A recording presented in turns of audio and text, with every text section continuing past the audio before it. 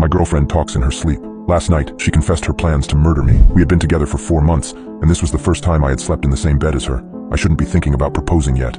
I know that. I'm just barely able to control myself any longer. I feel as though I'm losing power over the decisions I make, but after what happened last night, I don't think I have any other choice but to leave her. When our relationship had started, there was one big issue that I saw as a red flag in her. We'd never actually spent a night together. No matter how late she was, once either of us showed signs of being tired, she'd get up and leave. She wouldn't leave awkwardly or in anger, just a casual kiss, good night, a smile, and a call me soon. It was something I didn't really even notice the first few times she did it. But after almost 8 weeks of dating, it was becoming strange. I'd have to ask her about it. It took drinking almost an entire bottle of wine before I had the courage to do it. She looked almost defeated when I asked, and lowered her eyes in embarrassment.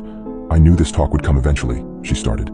She took in a deep breath with a long, drawn-out exhale. Recently, she paused again, I've started talking in my sleep. She shook her head in embarrassment. It's called somniloquy. I looked it up. I shrugged and laughed out loud. My demeanor seemed to say, that's it? No, Stephen. Listen, she said. She wasn't laughing. It's bad. It's completely out of control. It's not just random words or gibberish. No, it's horrible. I say horrible, disgusting things. She was starting to raise her voice, breath heavy, and tear up. I approached her and held her. I told her it couldn't be that bad. I told her to spend the night. I told her she was probably exaggerating. I was wrong. That night she stayed at my house, but she warned me of something before falling asleep. Whatever you do, don't wake me up. It makes me really scared and disoriented if that happens, and don't respond to me. Just ignore it. I nodded and agreed. If it becomes too much, she continued, just leave the room and sleep on the couch. I won't mind. I told her I wouldn't leave to the couch. I'd stay beside her in the bed, but I was wrong. I couldn't even last one night. We both fell asleep without incident. I don't know how many hours passed, but I woke up in the dark with the sensation that someone was watching me. And then I remembered, she was with me. She was actually spending the night. I smiled, but then I noticed the shadowy outline of her sitting up on the bed. She was looking down at me, staring. It creeped me out. I'll admit it. Her posture was entirely different. It was as though it wasn't even her at all. Then she spoke. It wasn't her voice that I heard. It was much lower and gravelly, like something out of a horror movie. I'll chew the skin from your bones, she said. I froze. At first, I just kept looking at her. This was not at all what I expected. I thought it would be more like the way Tourette's is often portrayed.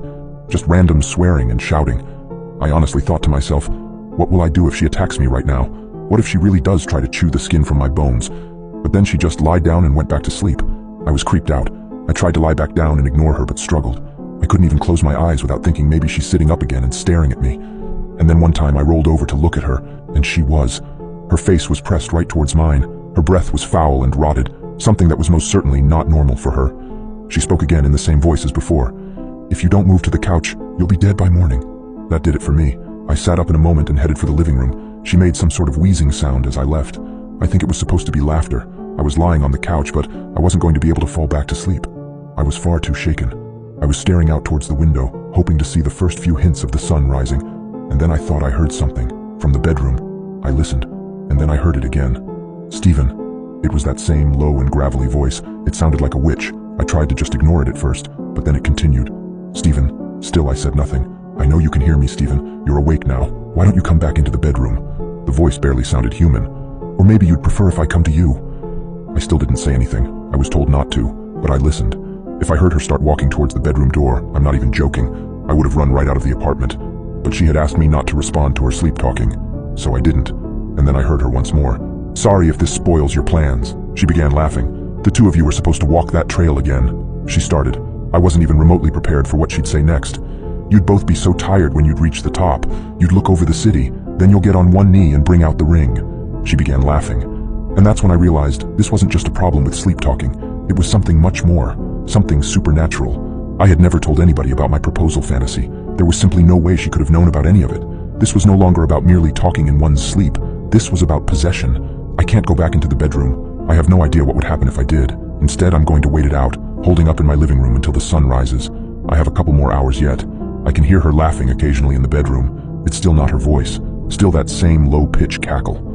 But as I sit on my couch writing this out, here's what scares me the most. Maybe my infatuation and utter obsession with her wasn't normal. I said before that I felt like I was losing control of myself. More so, I believe, than the typical falling in love story. No, I fear that the infatuation I felt was the entity slowly taking control of me, of it controlling my thoughts, fears, ambitions, and anxieties.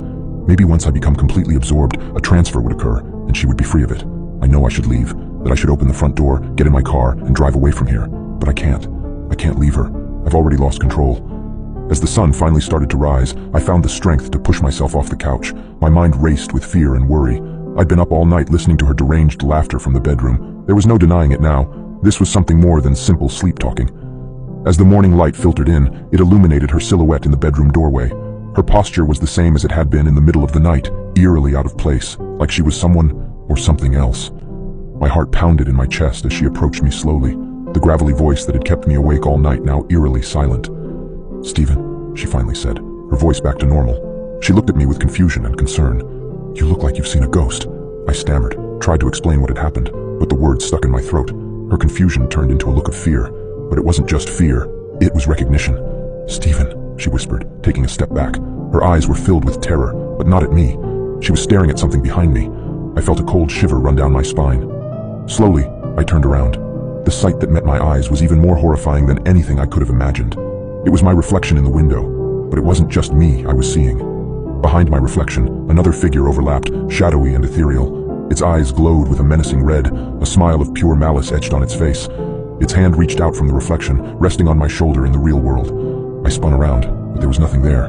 The room was empty except for the two of us, but when I looked back at my girlfriend, I saw real fear in her eyes, and then she spoke, in that gravelly, horrifying voice. "So you've finally seen it, Stephen, the thing that's been pulling your strings."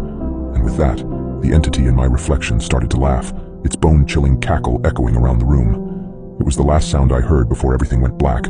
As my consciousness slipped away, I realized the terrifying truth. I was not the observer, but the host. The entity hadn't been possessing my girlfriend. It had been in me all along, and my obsessive love for her was not mine, but the entity's trap. I'm infatuated with myself. Utterly infatuated.